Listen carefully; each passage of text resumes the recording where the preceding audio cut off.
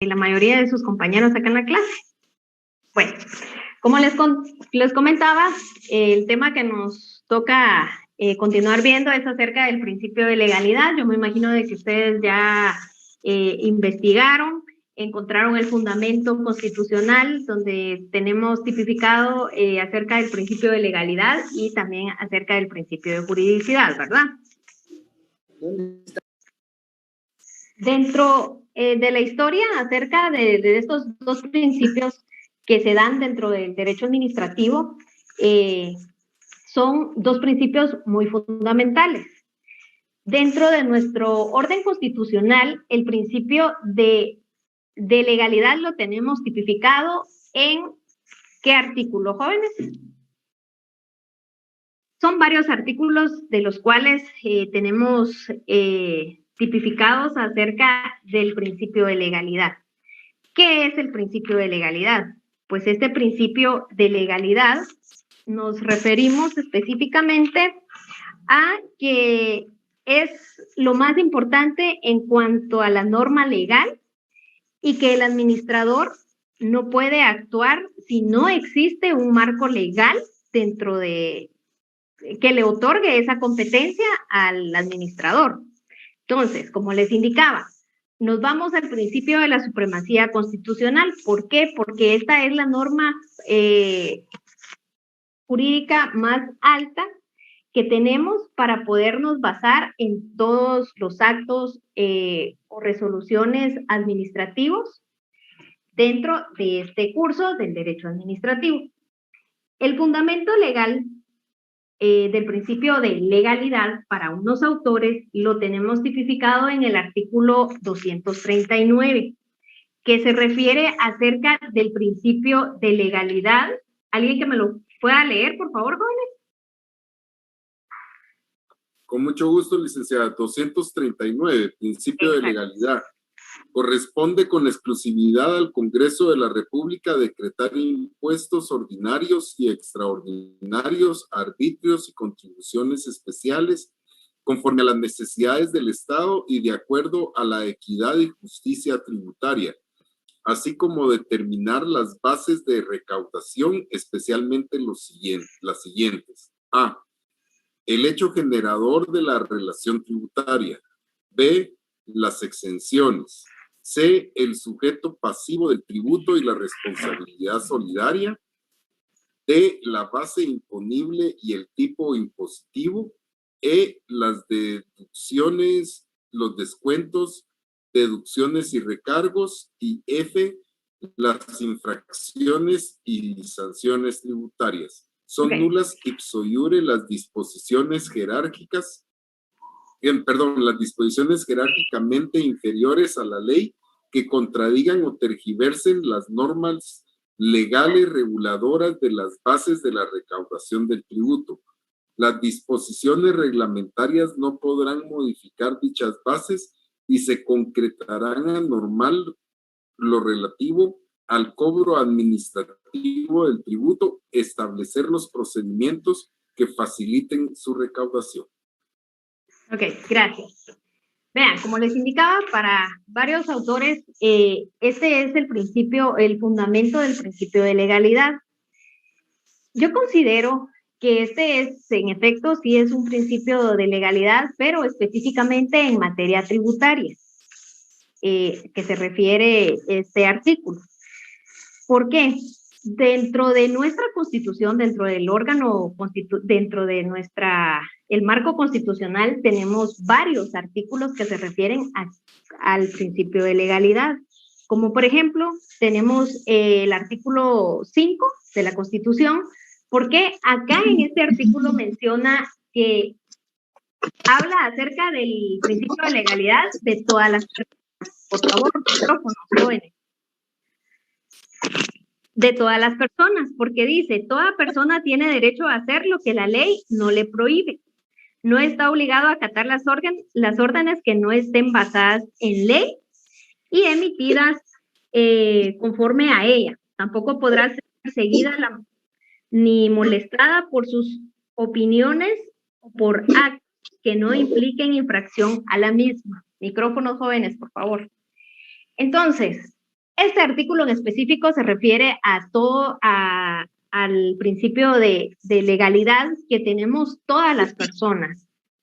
Sin embargo, cuando hablamos acerca del principio de legalidad en derecho administrativo, este se refiere a todas las limitaciones que la ley le va a otorgar, pero al funcionario público o al administrado en este caso, ¿verdad? ¿Por qué? Porque acá la ley le establece a él el margen de las actuaciones de cada administrador. Micrófonos, por favor. William.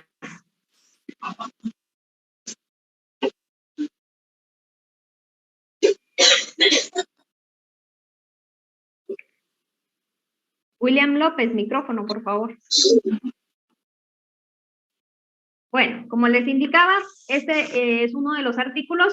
Asimismo, la Corte de Constitucionalidad ha emitido opiniones en cuanto a específicamente en cuanto a este artículo, en cuanto a este principio que tiene toda la población, que tenemos todos los ciudadanos, ¿verdad?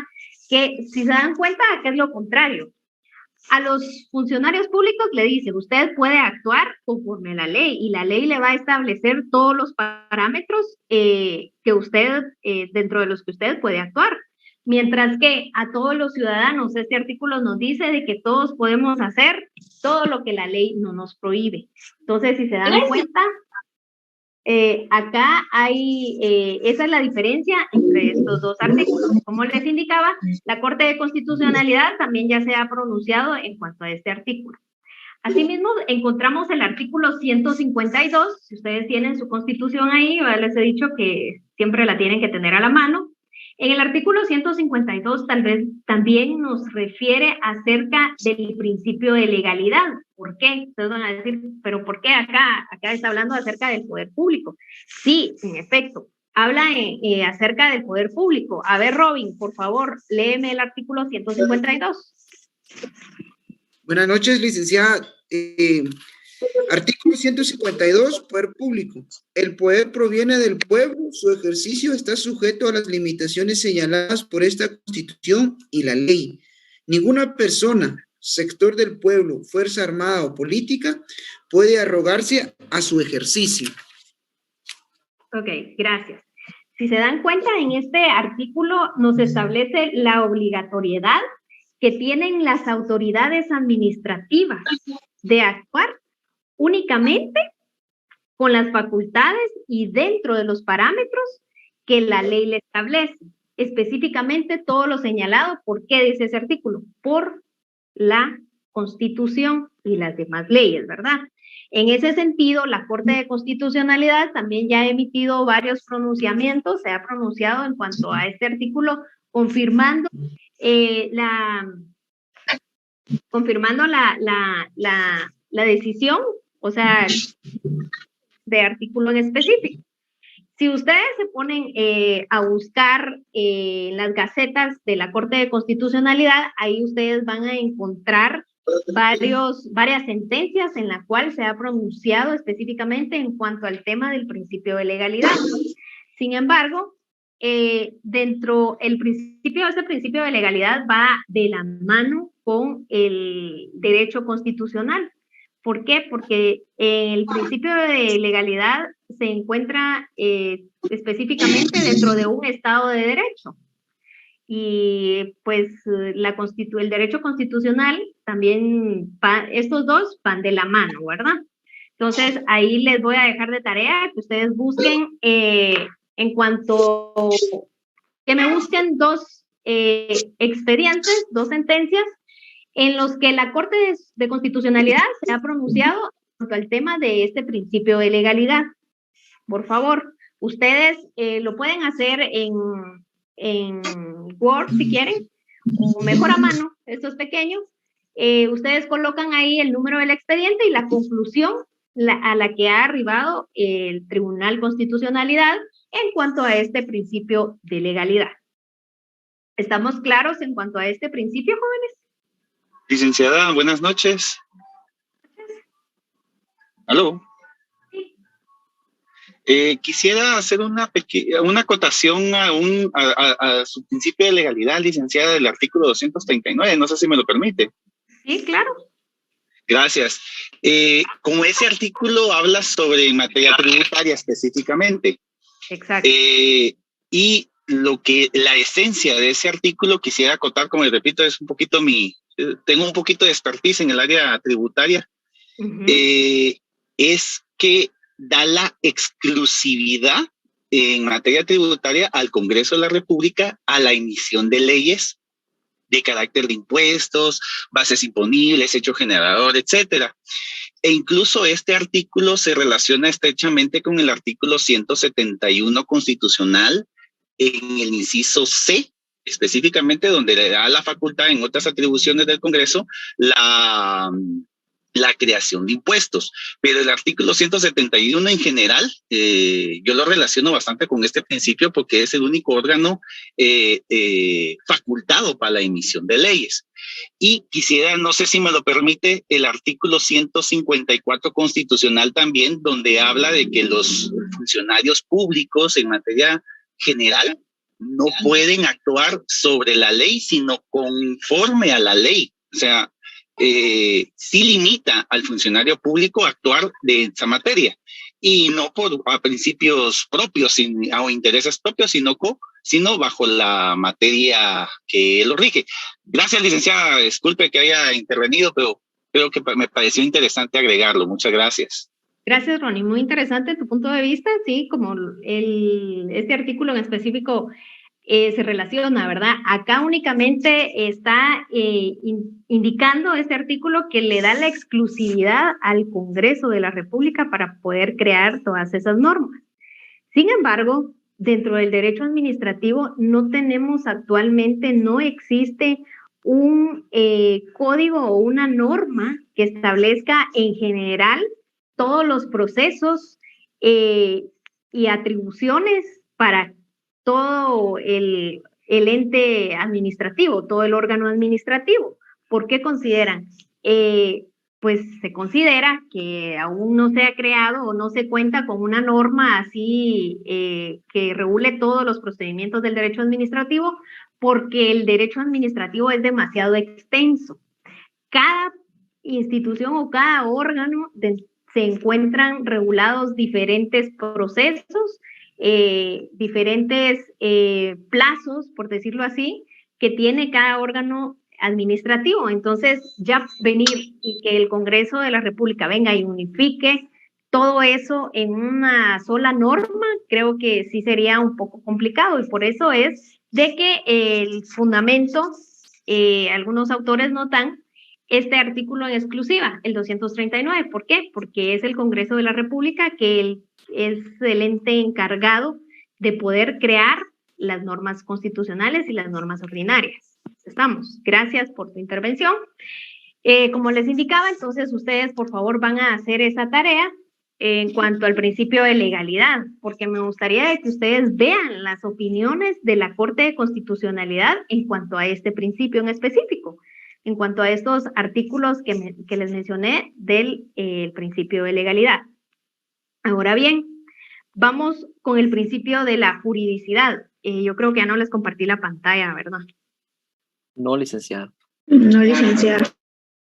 Y creo que tampoco puedo. Vamos a ver.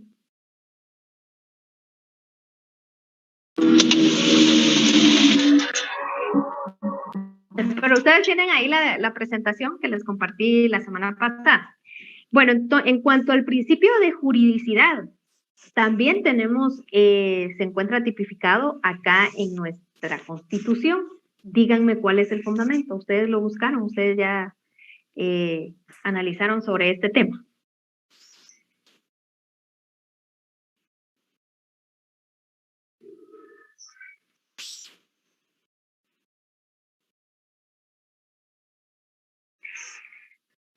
¿No?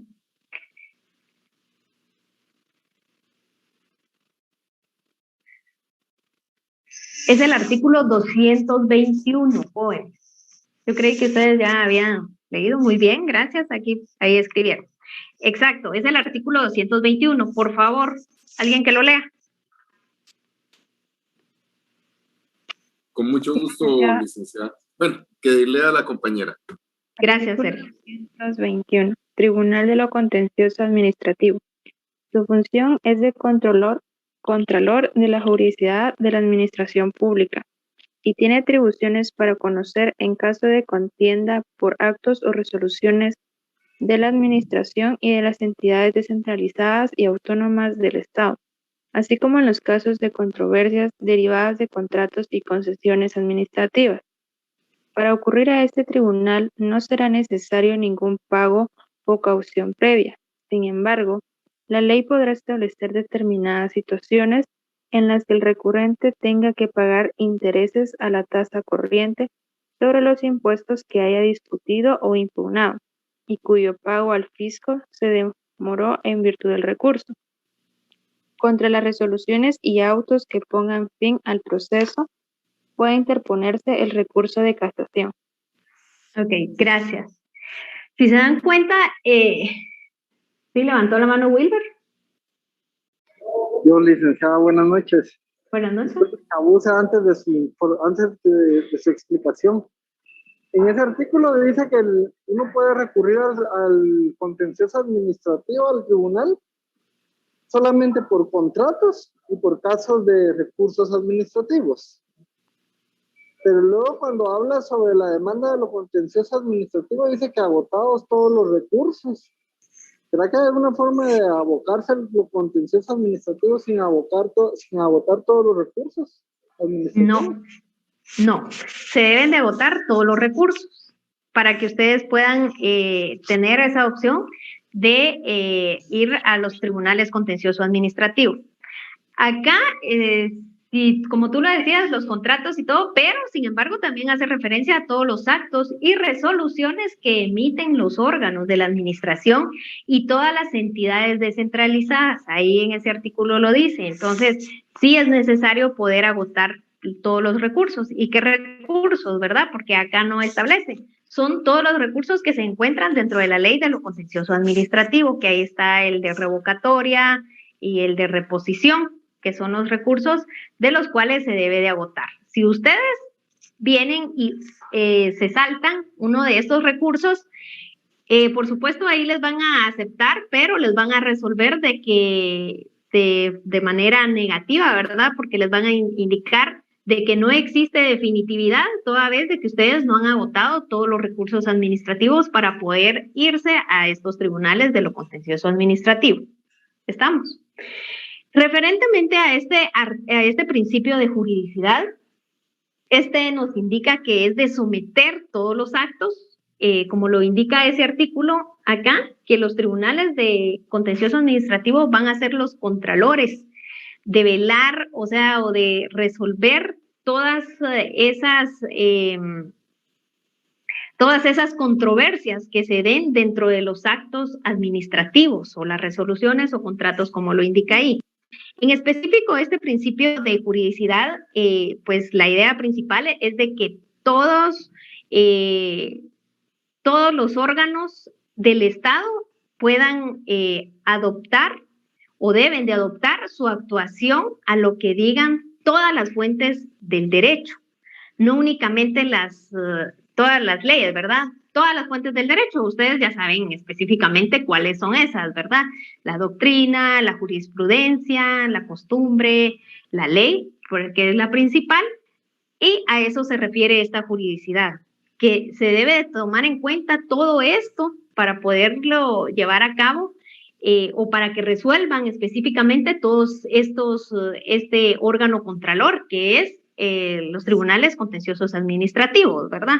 Entonces, en cuanto a estos dos principios, podemos concluir que ambos principios tienen una finalidad de dar la seguridad jurídica a todos los habitantes del Estado de Guatemala, ya que estos principios dan cierta firmeza o dan una firmeza a todas las decisiones administrativas, a efecto de que puedan evitar actividades y decisiones arbitrarias. Estos principios son muy fundamentales en este curso de Derecho Administrativo. ¿Estamos claros en cuanto al principio de legalidad y el de juridicidad? También me gustaría de que ustedes, en el trabajo que van a hacer del principio de legalidad, busquen 2 sentencias de igual manera en cuanto a la opinión o al cómo ha resuelto la Corte de Constitucionalidad en base a estos temas de legalidad y el principio de juridicidad, ¿verdad?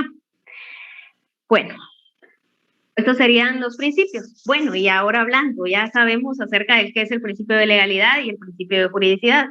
Pero ¿qué sucede?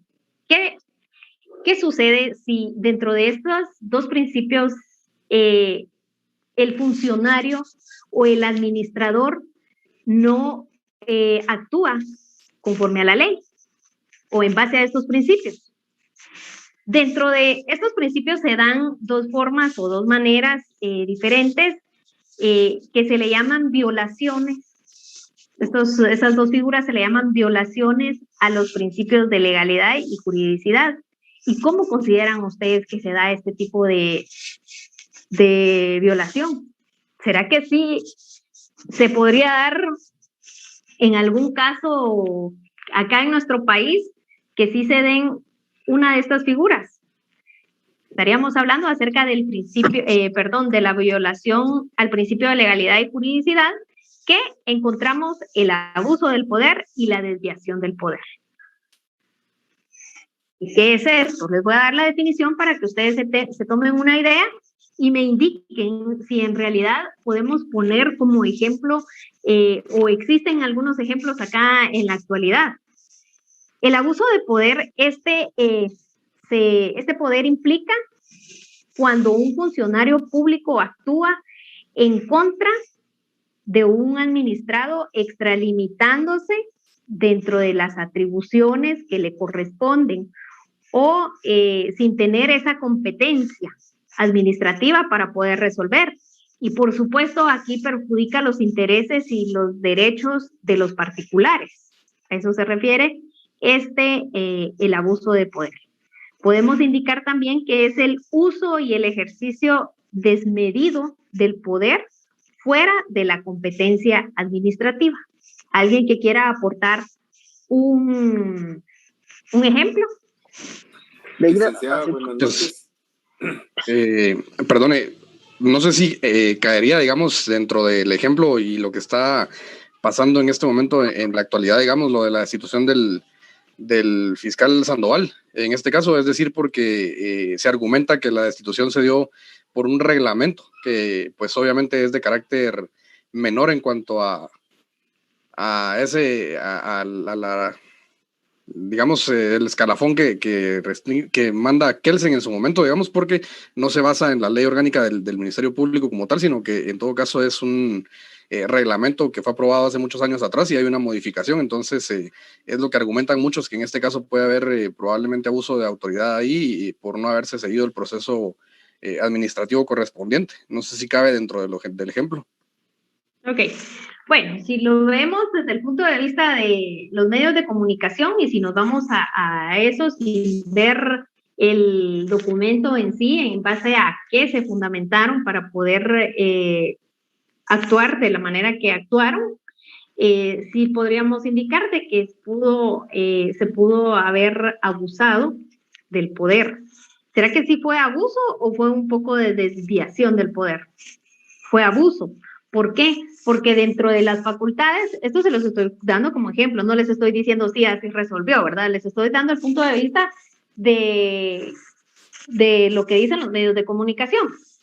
Si fuera así, pudo haber sido. ¿Por qué? Porque ella abusó de esa investidura como funcionaria pública para poder actuar fuera del margen de la ley. O sea, ahí sí que no actuó dentro de las normas constitucionales y en base a la ley orgánica que rige el Ministerio Público, ¿verdad? Porque ahí se encuentran todos esos procedimientos.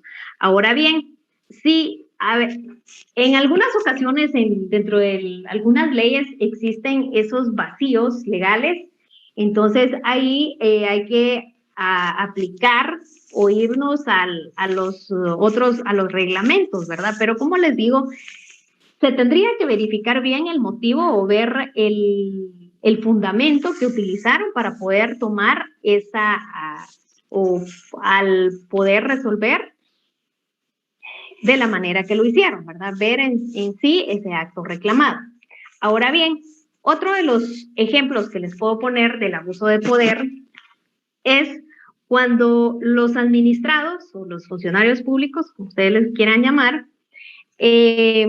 por ejemplo, un X funcionario se encontraba, yo creo que ustedes han escuchado varias noticias, ¿verdad? Que se encontraba manejando en estado de ebriedad fuera del horario que estaba permitido para circular cuando se encontraban vigentes aquellas restricciones del toque de queda, ustedes se recuerdan, ¿verdad? Derivado de la pandemia del COVID-19. Sin embargo, el funcionario en ese tiempo, él argumentaba que esas disposiciones no le aplicaban a él. Él dijo, o sea, las disposiciones no son aplicadas a mi persona. ¿Por qué? Por ostentar la calidad de funcionario público. ¿Ustedes consideran que el actuar de este funcionario público fue correcto? No, licenciada, no fue correcto, porque las normas de que se colocaron, de las medidas que se tomaron, eran de carácter general para toda la población. Incluso se dieron ciertos tipos de abusos por ese mismo tipo de situaciones. Por ejemplo, no sé si usted se recuerda del caso del muchacho que falsificó un salvoconducto y chocó un carro diciendo que era funcionario público y que pertenecía al ¿cómo se llama? Era asesor del presidente del Congreso de la República. Y esa persona se le siguió un proceso penal por, ¿cómo se llama?, falsificación de documentos públicos, porque no era cierto lo que él decía. Ni siquiera trabajaba en la entidad del Estado.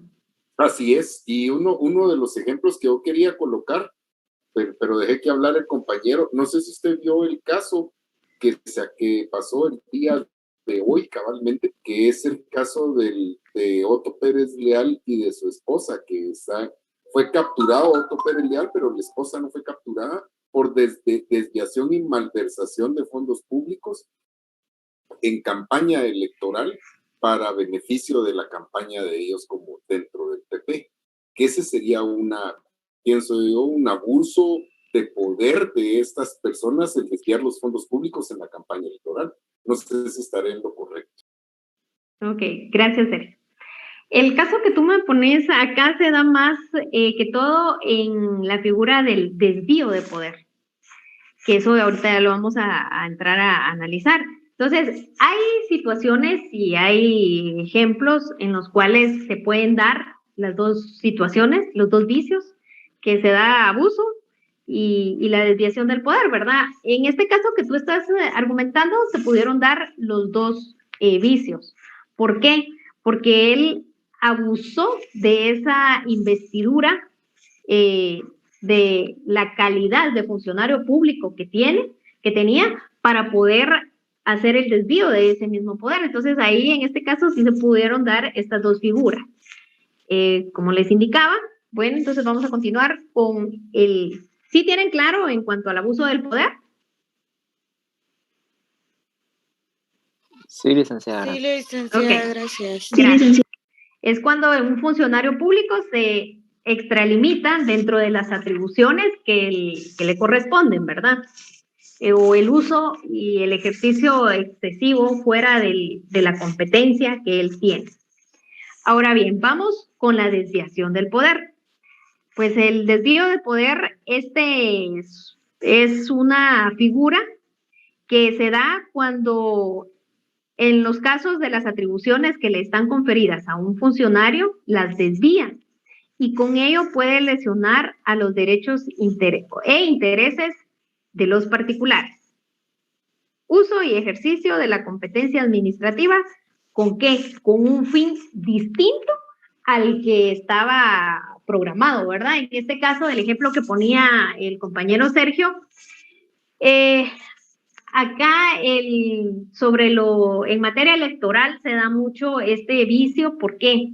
Porque tienen ciertos fondos específicamente para las campañas electorales, ¿verdad? Pero ¿qué es lo que sucede? Las personas o los funcionarios encargados lo que hacen es desviar, hacer uso de ese dinero para lo que específicamente se requiere, ¿verdad? Específicamente ese caso. También se han dado muchos casos acá en nuestro país en cuanto a eso. También recuerdo de que una exfuncionaria pública era directora de un órgano administrativo que sucedió lo mismo. ¿Por qué? Porque ella desvió fondos públicos que pertenecían a esa institución, que eran específicamente para llevar a cabo programas para los jóvenes.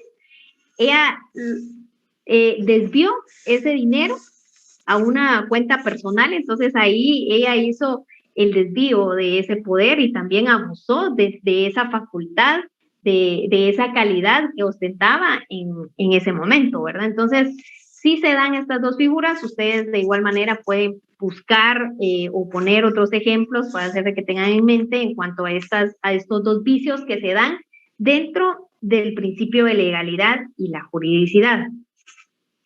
Licenciada, buenas noches. Buenas noches. Disculpe, un ejemplo, eso se podría dar en el caso de la diputada Bach, que hizo una carretera que daba a su finca con fondos del Estado. Sí, se podría aplicar eso porque esa carretera no era para toda la población, sino que fue específicamente para uso personal, ¿verdad? Entonces sí, también se podría dar este vicio de la desviación del poder y asimismo el abuso, ¿verdad? Que actuó fuera del margen de la ley. Muchas gracias, licenciada. De nada. Bueno, y así van surgiendo tantos ejemplos, como les voy a dar un último ejemplo, también podría ser cuando alguna municipalidad viene y les notifica, les impone un impuesto o una multa, se le impone una multa a un particular y no le es notificado a la persona, entonces ahí le está violentando el derecho y tampoco le está dando tiempo para que él pueda defenderse, hacer uso de ese derecho que la ley le otorga. Entonces, ahí también se está dando una violación a estos principios que sería, abusan también del poder, ¿verdad? Porque no les notifican, sino que únicamente cuando y eso sucede, que a veces la mayoría de personas nos damos cuenta cuando nos imponen multas, ¿verdad? Por exceso de velocidad, a veces uno ni en cuenta, pero ahí aparece la fotografía, ¿verdad? Entonces, hasta ese momento, cuando uno va a pagar el impuesto, ahí ustedes son notificados de esas multas. Sin embargo, en ningún momento le envían a uno algún correo electrónico indicándole de que les impusieron una multa. Entonces, hay muchos ejemplos que se pueden ir adaptando en cuanto a este tema del principio de las violaciones que se dan dentro de estos dos principios. El día de hoy, al finalizar el curso, yo les voy a estar compartiendo un material que me parece muy importante. Es del maestro Pablo Alberto Maldonado Castilla. Él habla referente específicamente en cuanto al principio de legalidad en materia administrativa. Y les voy a leer a la conclusión que él arriba, que me parece muy interesante. Él indica que en Guatemala existen muchas situaciones que han sido denunciadas tanto en el ámbito judicial como en el ámbito social, específicamente por medio de la actividad periodística, en el cual tratan de evidenciar incumplimientos legales por acciones u omisiones de funcionarios públicos. Lamentablemente en el país no existe una cultura de legalidad, tanto para su cumplimiento por parte del obligado, como para su exigencia y denuncia. Muchos de los principios que día a día se encuentran en la actividad de la administración pública pueden prevenirse y resolverse con la aplicación del principio de legalidad, bajo el amparo del derecho constitucional y con la colaboración de otras ramas del derecho, específicamente del derecho administrativo. Este es a la conclusión que él llega, me pareció muy interesante y la verdad que el material está muy bonito porque también ahí le cita algunas sentencias de las cuales él habla en cuanto al principio de legalidad, como les indicaba. Si ustedes se meten ahí a la jurisprudencia de la Corte de Constitucionalidad van a encontrar un sinfín de sentencias en cuanto a este tema. Entonces yo se los voy a estar compartiendo por medio del compañero Josué, que yo creo que les llega más rápido por WhatsApp, ¿verdad? Entonces, para que ustedes lo lean detenidamente, pero por favor lo leen, jóvenes, porque es muy interesante. Bueno, entonces estamos claros en cuanto a estos dos principios, ¿verdad? Disculpe, licenciada. ¿Sí? Perdone, ¿podría repetir así rápido la definición de desviación del poder? Perdón. Sí, con mucho gusto, ahorita te la digo. De la desviación del poder, ¿verdad? Es un vicio que radica en la finalidad que se persigue con el acto administrativo, que debe ser siempre del buen cumplimiento del servicio. Este se refiere al uso y ejercicio de la competencia administrativa con un fin distinto del que la ley le otorga. Esa sería la definición de desviación del poder. Gracias. Bueno, vamos a continuar. Disculpe, puede dictarlo una vez más, que el internet se me estaba entrecortando ahorita. Disculpe la molestia. Les voy a compartir esas definiciones de cuanto a la desviación para poder avanzar, porque si no, no me va a dar tiempo de avanzar. Recuérdense que ya los exámenes parciales ya iniciamos el 18, iniciamos nosotros. Entonces, si quiero ir avanzando, ahí les voy a compartir esa definición junto con el material que se les va a compartir. Bueno, el siguiente punto se trata acerca del ejercicio del poder público. Ejercicio del poder. Esta es una capacidad que tiene específicamente el Estado para poder obligar a alguien a que realice un acto determinado. Este se requiere de un orden y de un establecimiento de reglas que le permiten la convivencia humana, el cual se traduce con el ejercicio del poder. ¿Cuál es el ejercicio del poder de nosotros? Pues es un poder político. Esa es la lógica de este tipo de ejercicio de las funciones por parte de las personas que ocupan un cargo representativo dentro del gobierno. Poder público podemos indicar también que es un término utilizado en las ciencias políticas para designar al conjunto de poderes del Estado. Asimismo, podemos indicar que es en un sentido material de la expresión, el poder público significa un conjunto de órganos e instituciones dentro del Estado. Esto se refiere al poder público. También constituye una capacidad jurídica legítima que poseen los tres poderes del Estado. A eso se refiere el poder público. ¿Para qué? Para que puedan en forma eficaz, inmediata y activa todas las acciones y los cometidos que le son conferidos y otorgados por la Constitución política y por las leyes fundamentales de un Estado de Derecho. Este poder nace con la necesidad de asegurar la convivencia humana. Por lo tanto, si no existiera una autoridad y un orden, se estaría destruyendo la posibilidad de convivir y de interactuar en una sociedad capaz de alcanzar un Estado de Derecho. Entonces, este poder público, al hablar acerca del ejercicio del poder público, específicamente estamos hablando de los tres órganos del Estado. ¿Por qué? Este ejercicio específicamente se distribuye por medio de los tres órganos o poderes, como ustedes les quieran llamar, del Estado. Tenemos, entonces acá encontramos al poder ejecutivo, el legislativo y el poder judicial. Dentro del poder legislativo, pues este está conformado por el Congreso de la República. Su principal atribución es crear y derogar leyes y se encuentra integrado por diputados de la República. diputados. Aquí, ¿cuántos diputados estamos hablando con respecto a las últimas reformas de la ley electoral y de partidos políticos que se realizaron? 160. 160, licenciada.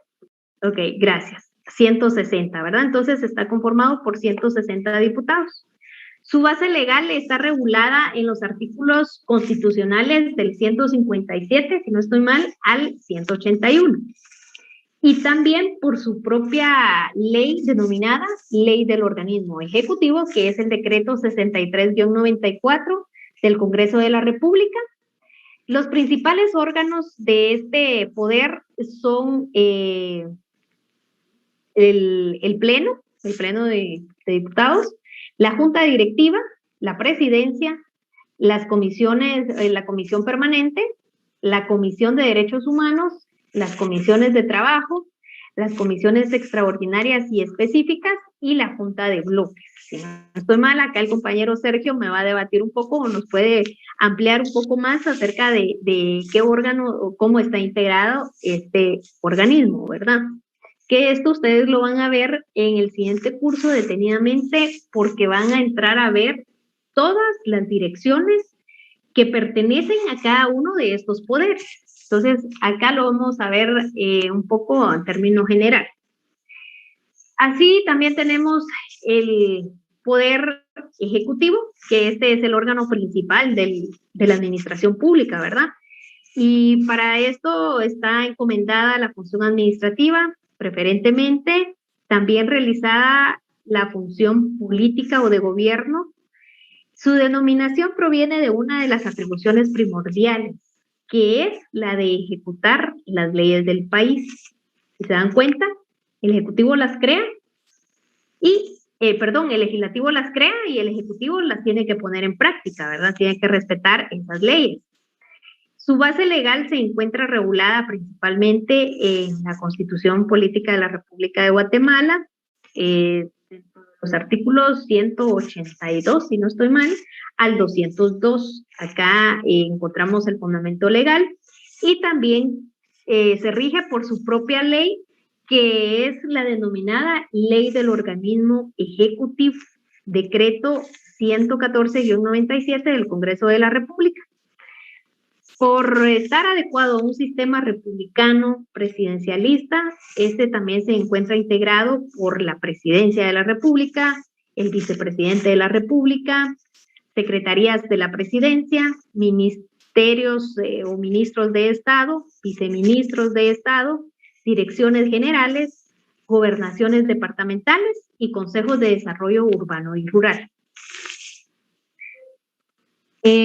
Alrededor de este organismo ejecutivo giran otras entidades y órganos estatales, ya sean autónomas, centralizadas, descentralizadas, que son varias, pero que son parte del poder central, que pertenecen a este mismo organismo ejecutivo. Este también se ubica dentro de la administración pública. Todas estas entidades estatales, autónomas, centralizadas, descentralizadas, son parte de este poder. El organismo judicial, está conformado, por supuesto, por la Corte Suprema de Justicia y los tribunales de justicia establecidos por la ley. Su principal atribución es ejercer la función jurisdiccional, que consiste en la potestad de juzgar y promover y ejecutar lo juzgado. Es decir, tiene la facultad de, a través de todos estos órganos respectivos de la administración pública, aplicarlos en los casos concretos, aplicar la ley en casos concretos. Se encuentra integrada por magistrados, bueno, a ver, ¿cuántos magistrados se integra la Corte Suprema de Justicia? 13 magistrados, licenciada. Exactamente, son 13 magistrados. Magistrados de la Corte Suprema de Justicia. Su base legal principalmente está en la Constitución Política de la República de Guatemala y también en la ley que lo denominan la Ley del Organismo Judicial. No recuerdo el decreto. Pero acá también tiene, cada una de las leyes que les mencioné tiene sus propios reglamentos también. Entonces, si bien es cierto, está conformada por 13 magistrados de Corte Suprema de Justicia, pero en la actualidad no está integrada. ¿Y qué sucede cuando no está integrada una corte? Gracias, decreto 289 de la ley del organismo judicial. ¿Sí? Licenciada, actualmente Podría no haber certeza jurídica cuando no está así totalmente integrada. Ok, gracias, Alain. Luisa Fernanda levantó la mano también, le vamos a dar la palabra a ella y luego a Sergio. Luisa. No, licenciada, yo creo que quedó levantada. Ah, ok, gracias. Mariana, ¿levantó la mano?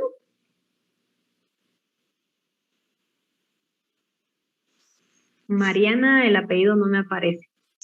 Bueno, ahora bien, como estamos hablando acerca de todo lo administrativo, en relación al derecho administrativo, ¿qué es lo que sucede entonces si nuestra Constitución Política de la República de Guatemala dice que debe estar integrada por 13 magistrados de la Corte Suprema de Justicia?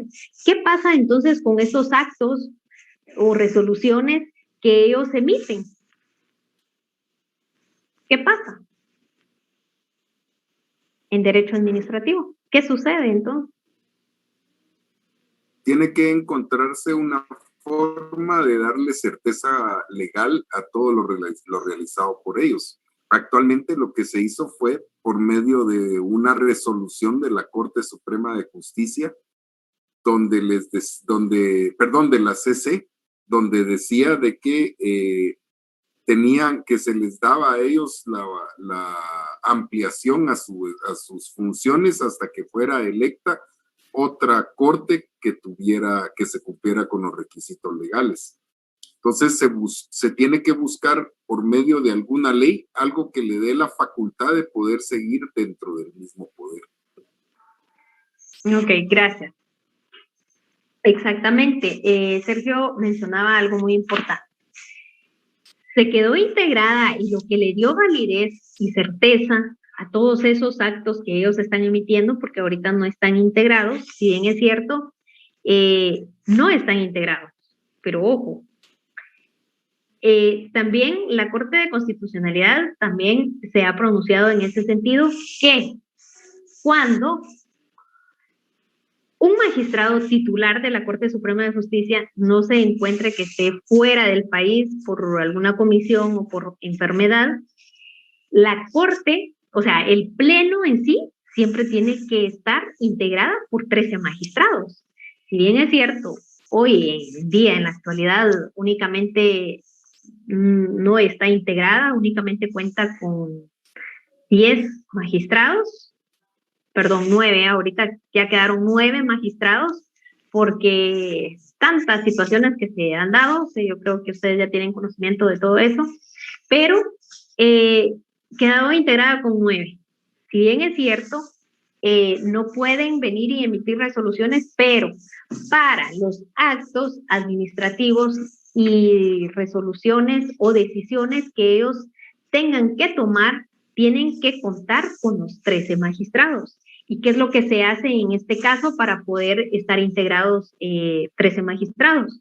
Pues lo que sucede y lo que la ley del organismo judicial permite es de que se pueda integrar con los presidentes de las salas de apelaciones. Entonces se convoca a cualquiera de los presidentes de cualquier rama de las salas de apelaciones para que puedan integrar.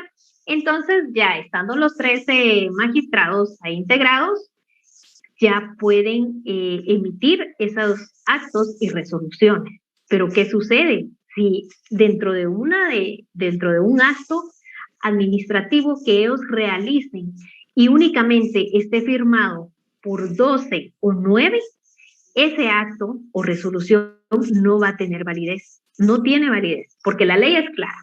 debe de estar integrada por 13 magistrados. Si bien es cierto, no pueden estar los titulares, pero para poder llevarse a cabo esas sesiones, en pleno, deben de ser los 13. Entonces la ley dice, bueno, no está alguien, y eso lo contemplaron porque el legislador en su momento dijo, bueno, o sea, sí, deben de ser 13, pero ¿qué sucede si uno se enferma?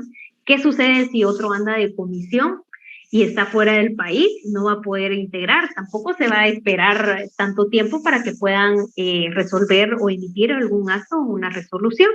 Entonces, por eso es de que se integra de esa forma, para ese acto administrativo que ellos realizan en esas reuniones. Aparte de la Corte Suprema de Justicia, que está integrada por los 13 magistrados, también cuenta con 3 cámaras, que es la Cámara Penal, la Cámara de Amparo y Antejuicio y la Cámara Civil. Cada una de estas cámaras debe estar integrada por 4 magistrados. Y en el mismo caso, ¿qué sucede si únicamente cuentan con 3?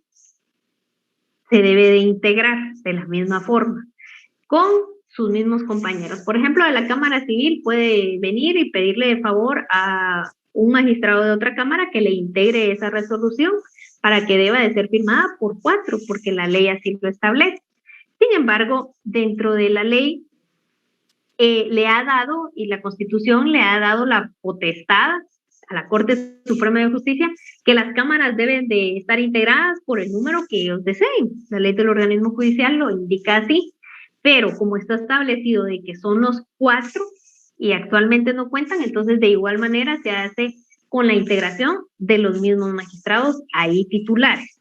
Ahí sí que no se puede, sí se puede venir y convocar a un presidente de las salas de apelaciones, pero si en un dado caso ya el resto ya no puede firmar, tiene inhibitorias o está fuera del país, ¿verdad? En esos casos, pero deben de agotar primero dentro de sus compañeros. Asimismo, este organismo también cuenta con direcciones de las cuales están ahí para llevar cada una de las funciones administrativas, ¿verdad? Financieras, recursos humanos y todo eso. También están todos los juzgados del ramo penal, civil, laboral, familia, y todos estos, ¿verdad? Los juzgados de paz, que son los juzgados menores, y por todo eso está integrado o se integra dentro del este poder judicial, que es el encargado de impartir la justicia, de velar porque se cumplan todas las normas establecidas en las leyes. Y por supuesto, como les indicaba, están otros órganos estatales autónomos, descentralizados y descentralizados, que son varios. Tenemos el Ministerio Público, la Superintendencia de Administración Tributaria, la Contraloría General de Cuentas, la Procuraduría General de la Nación, la Procuraduría de los Derechos Humanos, el Tribunal Supremo Electoral, y así ustedes van a ir buscando más entidades que pertenecen a la administración o al poder público, ¿verdad? En este caso que sería el Ejecutivo. Entonces, estamos claros en cuanto a este ejercicio del poder que nosotros como ciudadanos le otorgamos a los funcionarios para que ellos nos representen y que puedan administrar todo este o organizar o llevar a cabo todo el bienestar común, ¿verdad? Entonces, ¿estamos claros en cuanto a estos temas? ¿Tienen alguna duda en cuanto a este tema del principio de legalidad y el ejercicio? Bueno, eso ya les quedó claro, el ejercicio del poder público. No, licenciada, por mí estamos bien. Ok, excelente. Licenciada, buenas noches. Nuevamente, Ronnie Monzón les saluda. Compañeros. Sí, Ron. Gracias. Yo quisiera como ejemplizar un poquito solo para que me quede claro. Cuando hablamos de principio de legalidad y tomando como ejemplo las entidades descentralizadas autónomas, dígase la Contraloría General de Cuentas, la Administración administración tributaria. Como principio de legalidad me iría quizás a ver lo que son sus leyes orgánicas. Por ejemplo, la Contraloría tiene su ley orgánica y está emitida por un decreto ley. La Superintendencia de Administración Tributaria también tiene su ley orgánica, que si no estoy mal es el decreto 1-98. Y por supuesto ahí rige cuál es cómo es su objeto, su integración normativa, su forma, su composición, la autonomía o descentralización que ellas tienen. Ahí es donde cabe el principio de legalidad, estimada licenciada. Muchas gracias por su respuesta, muy amable.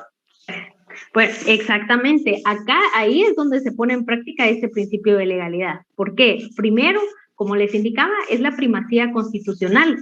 O sea, para cualquier ente o órgano administrativo que ustedes quieran analizar o estudiar, primero se van a la Constitución.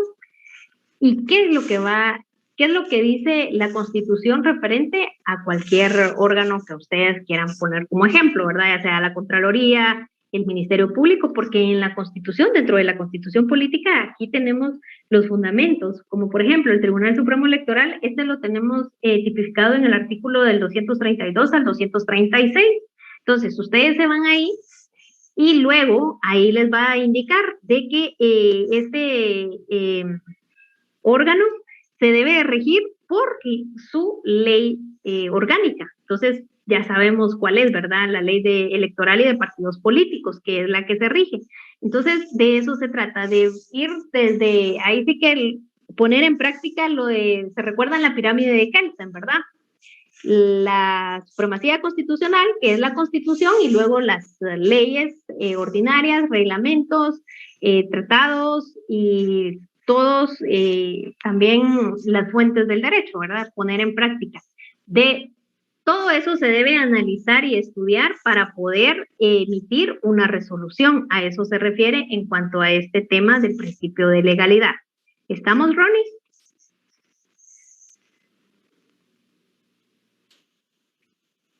Bueno, si ya no tienen dudas, el siguiente día de clase vamos a entrar a ver acerca del derecho administrativo, porque ya vimos acerca de lo que es la administración pública en términos generales, porque si nos enfocamos, como les indicaba, el derecho administrativo es bien extenso.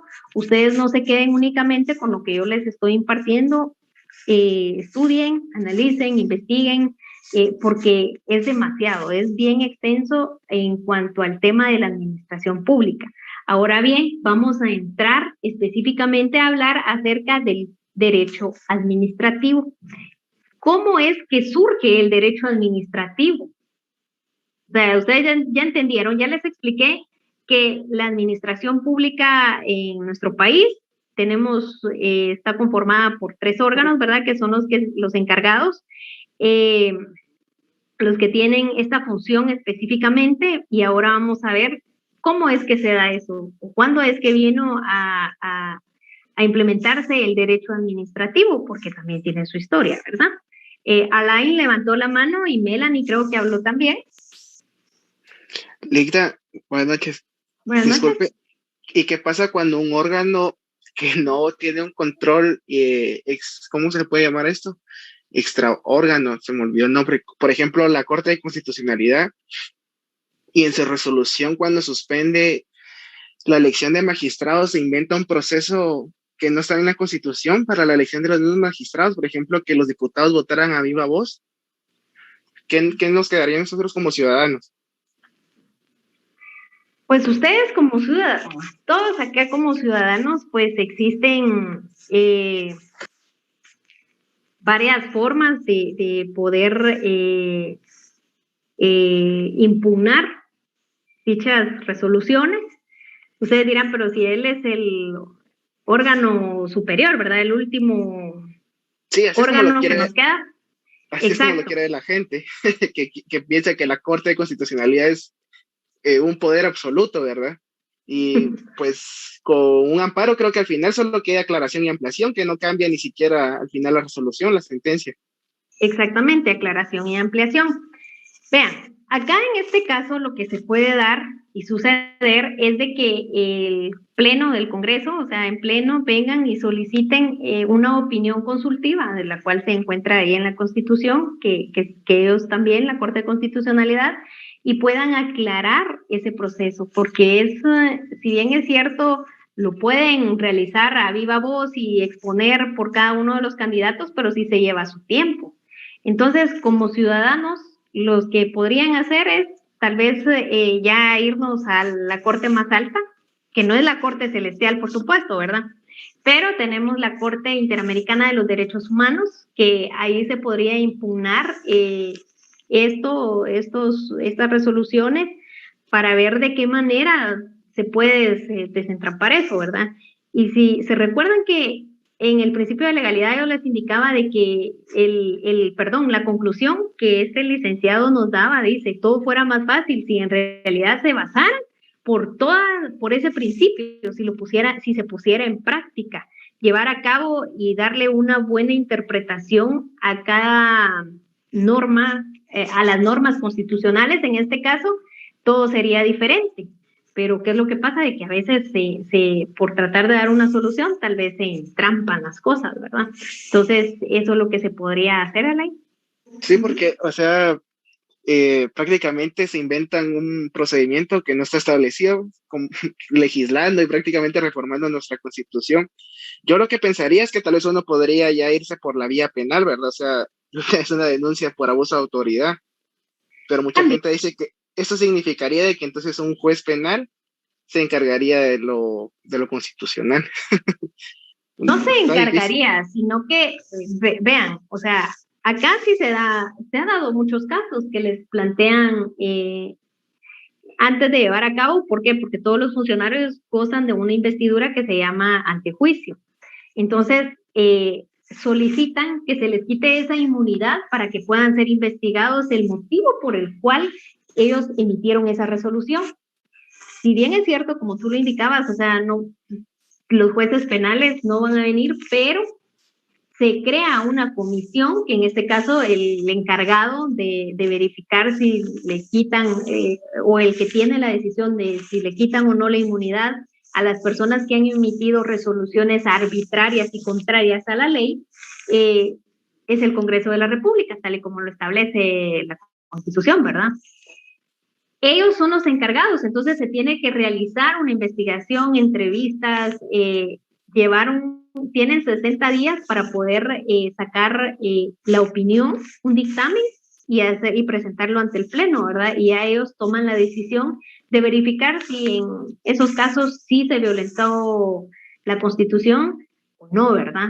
Entonces, pero sí lo pueden hacer. Todo, como cualquier funcionario, cualquier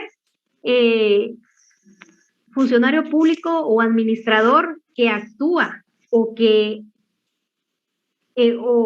pone en práctica los vicios del principio de legalidad y juridicidad, tienen sus consecuencias. No por ser funcionarios o gozar de esta prerrogativa no se les va a poder hacer nada. Claro, sí se debe de hacer. Entonces, cada uno tiene sus procedimientos, solicitar porque mira, acá en este caso, al momento de venir y poner una denuncia penal, no significa de que van a darle o van a cambiar esa resolución que ellos emitieron, no. Acá lo que se va a investigar es el motivo por el cual ellos actuaron así, fuera del marco legal, fuera de la Constitución y fuera de las leyes ordinarias, ¿verdad? Entonces, eso es lo que se va a investigar. No significa de que va a venir y van a cambiar la resolución así de oficio, ¿verdad? No, se debe llevar a cabo una investigación primordial para ver de qué otra manera se le puede sugerir al tribunal de que no violente la Constitución, ¿verdad? Entonces, no sé si quedó clara la respuesta ahí. Sí. Okay. Sí, es que eso era, porque al final se hicieron el harakiri. Sí, vean, en temas del derecho administrativo hay, como les indicaba, hay mucho de qué hablar, ¿verdad? Más que todo en temas administrativos. ¿Por qué? Porque al final ustedes dicen, bueno, pero si es derecho administrativo, nos vamos a lo penal, ¿verdad? Como yo les decía, o sea, si van a violentar esos estos principios dentro de una resolución o un acto que ellos realicen, va a tener su consecuencia jurídica, por supuesto, la van a tener. No solo por tener esa prerrogativa de funcionarios públicos van a estar exentos, no. Entonces, nos vamos a quedar acá el día de hoy. El día lunes vamos a, como les indicaba, vamos a ver en sí cómo es que surge el derecho administrativo, cómo es que se da, en qué época, en qué año y por qué. Porque si ustedes recuerdan, desde hace muchos años han venido gobernando. Habían personas que gobernaban en el país, que tenían, el rey era el que tenía la potestad y él era el que decidía y todo, ¿verdad? Pero desde que surge el derecho administrativo, entonces acá ya se hace, se le da ese poder o esa facultad a los gobernantes para que puedan gobernar, ¿verdad? Y que en sí puedan tener también esas consecuencias jurídicas, porque antes no las aplicaban, ¿verdad? Por ser el simple rey o el funcionario, por tener esa categoría, quedaba exonerado de cualquier arbitrariedad que podía hacer o recurrir al momento de hacer un acto o una resolución. Entonces, eso lo vamos a ver el siguiente día de clases. Que no se les olvide, jóvenes, a partir del día de hoy va a ser por vía Zoom, como les escribí ahí en la plataforma de Classroom. El examen parcial nos toca el día 18, creo que es miércoles, 18 de agosto, ya tenemos el primer parcial, empiecen a estudiar. Ahí leen también los artículos que hemos visto, que hemos visto acá en clase. Yo en la plataforma de Classroom, ahí se les va a colgar el link para que ustedes puedan ingresar a su examen parcial. Así lo pueden realizar, ya sea desde la computadora o desde su teléfono. Entonces, espero de que ya nos quedan como 3 clases nada más para poder agotar la segunda unidad, que solo es la unidad 1 y la unidad 2, las que les entran en el examen parcial. Entonces, les deseo una feliz noche. El link siempre va a ser el mismo, no se va a cambiar para las reuniones de la clase. Les deseo una feliz noche y un excelente fin de semana. Perdón, solo una última pregunta. Respecto del material, aparte de la presentación que usted está utilizando, ¿va a compartir algún otro tipo de material de apoyo, digamos, para poder solventar el examen y las futuras clases? No, solo las diapositivas para que ustedes vayan guiándose y también tienen que tomar nota de lo que vemos acá en clase, porque si no, mejor les paso el examen ya resuelto. Gracias, Lick. Ok, de nada. Bueno, les deseo una feliz noche, jóvenes, que descansen. Feliz noche, licenciada. Feliz noche, licenciada. Feliz noche.